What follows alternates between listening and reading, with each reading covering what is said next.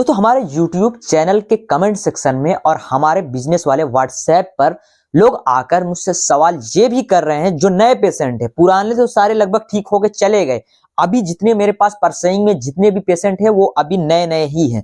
तो ज्यादातर मरीजों का सवाल जो बिल्कुल ही फ्रेश नए पेशेंट आ रहे हैं उनका ये है कि सर मुझे IBS है भी कि नहीं, अगर मुझे IBS है तो हम इसका इलाज ले लें आपसे, और अगर IBS नहीं है तो इसके लिए मुझे क्या करना चाहिए। इस तरह के बहुत सारे कमेंट्स भी आ रहे हैं और लोग सवाल भी पूछ रहे हैं। तो आज की इस वीडियो में हम इसी सवाल के ऊपर थोड़ा डिटेल में चर्चा करेंगे। नमस्कार दोस्तों, मेरा नाम है फराज और आप देख रहे हैं हमारा official YouTube channel Advil expert. दोस्तों हमारे चैनल को आप सब्सक्राइब करिए, वीडियोस को लाइक करिए और जरूरतमंद तक जरूर पहुंचाइए, क्योंकि बहुत सारे मरीज ऐसे हैं कि जो नए नए हैं वो ज्यादातर वीडियोस तो देख ले रहे हैं लेकिन चैनल को सब्सक्राइब नहीं कर रहे हैं। इससे थोड़ा हमें डिमोटिवेशन मिलता है, और यहीं पे अगर आप हमारे वीडियोस को लाइक, शेयर और चैनल को लाजमी अगर सब्सक्राइब करते हो तो इससे हमें थोड़ा मोटिवेशन मिलता है और आप लोगों के लिए और अच्छी तरीके से काम करने का अंदर से भी इच्छा होता है कि आपके बहुत सारे क्वेश्चन को पिक करें, उस पर वीडियोस बनाएं और आपको बेस्ट से बेस्ट नेचुरल ट्रीटमेंट प्रोवाइड कर सकें। तो चलिए इस वीडियो को शुरू करते हैं।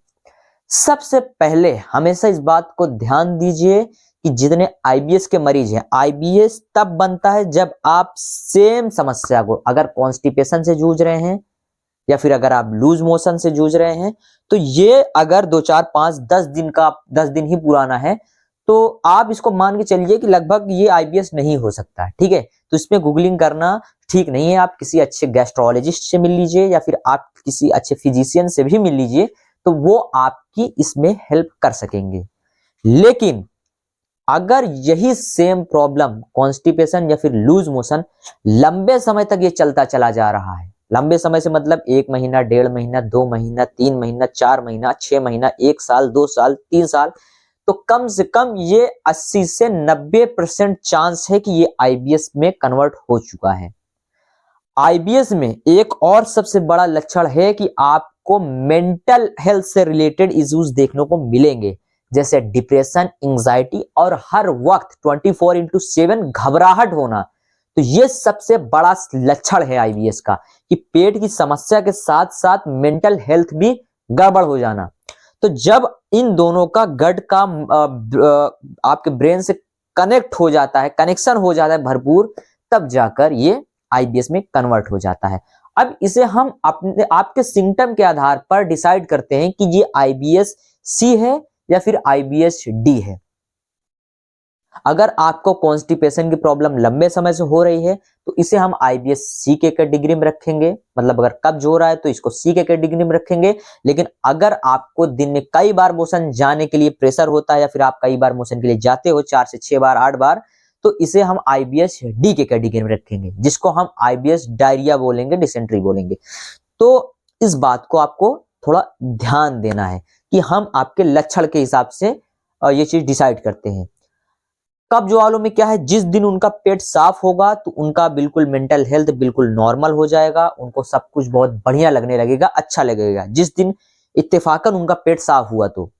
और जिस दिन पेट साफ नहीं हुआ उस दिन वही क्रोनिक डिप्रेशन, एंजाइटी, हमेशा सर भारी रहना, आंख से धुंधला दिखना, चक्कर आना, कमजोरी महसूस करना, हर वक्त बेड पे पड़े रहना, हमें हर वक्त दिमाग जो है पेट में लगे रहना, किसी काम में मन ना लगना और हमेशा अपने आप को लाचार, परेशान महसूस करना। तो ये सारे लक्षण हैं। और ये भी देखेंगे कि जिनको IBS C की प्रॉब्लम है, मतलब IBS कब्ज की प्रॉब्लम, उनके नाभि से ऊपर की ओर धड़कन महसूस होगी कि उनकी नाभि जो है वो एकदम सेंटर पॉइंट से ऊपर की ओर आ गई है। और इतना ही नहीं, उनके लेफ्ट और राइट, मतलब स्मॉल इंटेस्टाइन और लार्ज इंटेस्टाइन के साइड में जब उसको नाभि के लेफ्ट और राइट चेक करोगे इसे दबाकर, बिल्कुल हार्ड महसूस होगा, बिल्कुल टाइट महसूस होगा। ये IBS C वाले मरीजों के लक्षण हैं। और यही अगर IBS D की प्रॉब्लम है तो आपके नाभि के लेफ्ट और राइट तो बिल्कुल टाइट रहेगा ही रहेगा, प्लस आपके नाभि के नीचे प्रॉब्लम होगी, नाभि के नीचे धड़कन महसूस होगा।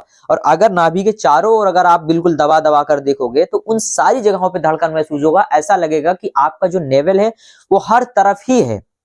तो उसको हर तरफ नहीं बोल सकते, वो एक इन्फ्लामेशन होता है। उसको बहुत सारे अपने अपने थेरेपीज में अलग अलग उसको शब्द दिया गया है, जैसे कि हिंदी में हम लोग उनको ज्यादातर न्यूरोथेरेपी में भी और योगा वगैरह में भी लोग इसको नली की समस्या बोलते हैं, नाभि और नली की समस्या।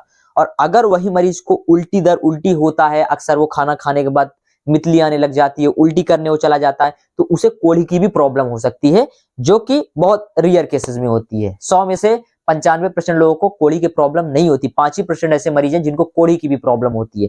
तो ये सारे लक्षण हैं, अगर ये सारे लक्षण आपके अंदर दिख रहे हैं तब आपको ये मान लेना है कि आपको आईबीएस की प्रॉब्लम है। और अगर आपका पेट बिल्कुल ठीक है, बिल्कुल नॉर्मल है, देखिए बहुत सारे मरीज ऐसे भी हैं कि खुद डायग्नोज नहीं कर सकते, उनको ऐसे लगेगा, वो पेट टच करेंगे कहेंगे सर ये तो नॉर्मल ही लग रहा है। लेकिन जब हम वीडियो कॉल पे जब वो कंसल्ट बुक करते हैं, अपॉइंटमेंट बुक कर लेते हैं, हम बोलते हैं कि भाई आप नहीं समझ पा रहे हो तो आप अपना दिमाग इतना मतलब एंजाइटी स्ट्रेस में क्रिएट ना करके आप प्लीज कंसल्ट बुक करो और हमारे साथ बात करके अपनी समस्या का समाधान करो। अगर डाउट है तो भी, डाउट नहीं है तो भी आप, हम वहां पर जो ऐसे मरीज होते हैं उनका वीडियो कॉल पे चेक करते हैं, हम पॉइंट्स दिखाते हैं, इस पॉइंट पे दबाओ अच्छे से, फिर पूछते हैं कि वहां पे कैसा महसूस हो रहा है, वहां पे कितना दर्द हो रहा है, कितना स्टिफ है, कितना टाइट है। तो हम उसके अकॉर्डिंग हम उनको खुद ही जानकारी दे देते हैं कि आपको इस चीज की प्रॉब्लम है और अब इसके लिए आपको ट्रीटमेंट इतना महीने चलेगा या फिर इस तरीके से आपको ये चीजें फॉलो करनी पड़ेगी, तब जाकर आपकी समस्या ठीक होगी और आप बिल्कुल बाहर निकल के सामने चले आओगे। तो जो भी जानकारी होती है हम उन मरीजों तक पहुंचा देते हैं। तो ये चीज आपको ध्यान देना है। और भी मरीज हैं जो कि जैसे कि आईबीएस एम वाले हैं या फिर आईबीएस यू वाले, वो भी सोच रहे होंगे कि सर ने हमारे ऊपर कोई डिस्कशन नहीं किया। तो आईबीएस यू और एम वाले जो है ना, उन पे भी थोड़ा ध्यान दीजिए कि मिक्स, जो आईबीएस मिक्स वाले हैं उनको हमेशा लूज मोशन, मतलब कि जैसे कि 7-8 दिन लूज मोशन हुआ तो फिर 7-8 दिन कॉन्स्टिपेशन हो गया, तो उनको हम आईबीएस मिक्स की प्रॉब्लम के कैटेगरी में हम लोग रखते हैं। और जो आईबीएस यू वाले हैं, स्पेशली जिनको आईबीएस यूडीएफ की प्रॉब्लम है, मतलब उनको तो लूज मोशन कॉन्स्टिपेशन वगैरह कुछ नहीं होता, बिल्कुल वो नॉर्मल ही उनका मोशन होता है, लेकिन उनको यूडीएफ आता है, मतलब खाना जो आप खाना जो खाते हो मतलब वो बिल्कुल बन के सामने चला आता है। तो मतलब कि पूरा का पूरा आपके मोशन में वो चीजें दिखने लग जाती हैं, आप उन चीजों को वहां पे महसूस करते हो कि यार जो हमने खाया वो तो साफ साफ हमारे स्टूल में वो चीजें दिख रही हैं, और अब यार इसके लिए क्या करें क्या ना करें, ये तो पूरा अजीब सा, पूरा मतलब कि खाना तो कुछ पचा ही नहीं, सब कुछ सामने निकल के चला आया।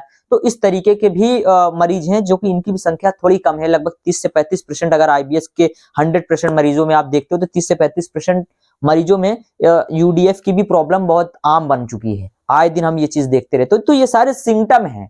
आप अगर बहुत स्ट्रेस नहीं लेना चाहते तो स्क्रीन पे दिए गए नंबर पे हमसे अपना कंसल्ट बुक कर सकते हैं, और कंसल्ट बुक करने के बाद आप हमसे पर्सनली वीडियो कॉल पे या फिर ऑडियो कॉल पे बात करके आप अपनी समस्याओं को हमारे साथ शेयर कर सकते हैं। और अगर आईबीएस है तो हम आपको कुछ ही महीनों के ट्रीटमेंट में 100% ठीक कर देंगे, और अगर आईबीएस नहीं भी है तो हम आपको उस समस्या के रिलेटेड बता देंगे कि आपके लिए सबसे बेस्ट हेल्थ एक्सपर्ट कौन हो सकता है। अगर हमारे हाथ में वो चीजें हैं तो हम 100% उसको ठीक कर देते हैं, और अगर नहीं भी है तो हम लोगों को दे देते हैं, बता देते हैं कि आप इनके पास चले जाओ या फिर इनको दिखा लो। लेकिन ज्यादातर केसेस हम खुद हैंडल कर ही लेते हैं, मतलब कि अपने नेचुरल थेरेपी या फिर नेचुरल जो ट्रीटमेंट हम प्रोवाइड करते हैं उसके अकॉर्डिंग।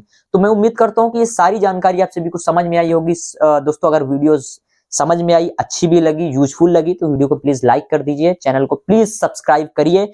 आप लोगों से मैं कई बार बोलता हूं लेकिन मरीज नहीं सुनते, तो मुझे थोड़ा उससे डिमोटिवेशन मिलता है। तो आप भी, क्योंकि मैं आप लोगों के लिए काम कर रहा हूं, तो प्लीज आप लोग केवल और केवल चैनल को सब्सक्राइब तो जरूर कर लीजिए। तो दोस्तों, मिलते हैं आपसे अगले वीडियो में, तब तक के लिए बहुत बहुत शुक्रिया।